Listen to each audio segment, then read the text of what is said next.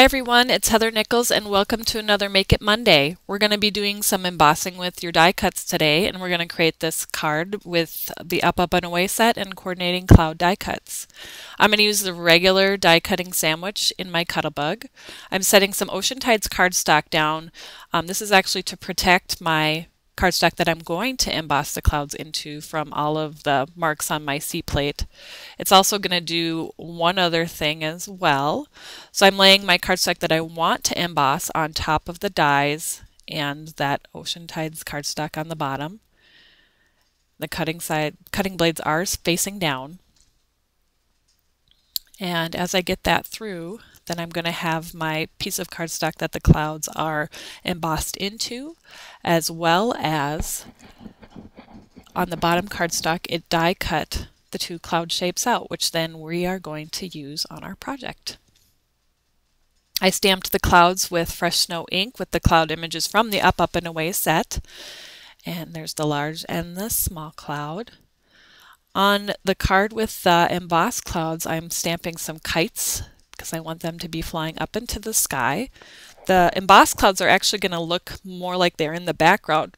We're creating depth by putting these embossed clouds into the cardstock, and then I'm going to be putting the white clouds in front of them. I'm trimming out the kites. This one is stamped in ripe avocado, and I stamped them on white cardstock.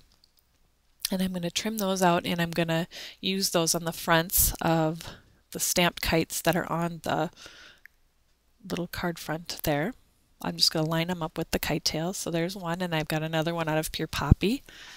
I'm attaching the die cut clouds with foam squares so that they pop out in front, and then see how those embossed clouds in the back look like they're farther back. It's creating a lot of depth in your project. This larger cloud I'm going to have overlap that stamped kite that's underneath it there. You'll see what I'm going to do here in just a sec. So I put that so it overlaps that top part of the kite, and then I'm going to just use some zip dry glue to attach my kite so it's right on top of the cloud. Put a little bit of that adhesive onto the back, and then we're just going to attach that right to the front of the cloud and line up with that kite tail there. And look how it looks like it's flying right into the clouds. I'm using a white Signal Uniball pen to color in the little bows on the kite strings. This is one of the best white pens out there. It's the brightest white, and I think it colors the best. Okay, I'm going to round the right-hand corners on this Ocean Tide cardstock and fix those corners up with a little bit of white ink there. And then I'm also going to round on this craft card base, going to round those right-hand side corners again.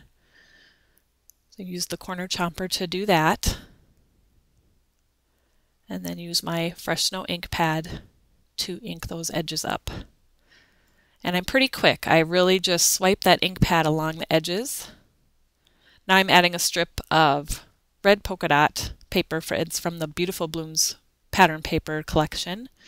Trimming off the little ends. It's like a 1/2 inch strip, and then I adhered it down, and then I'm trimming off those ends with just a pair of scissors.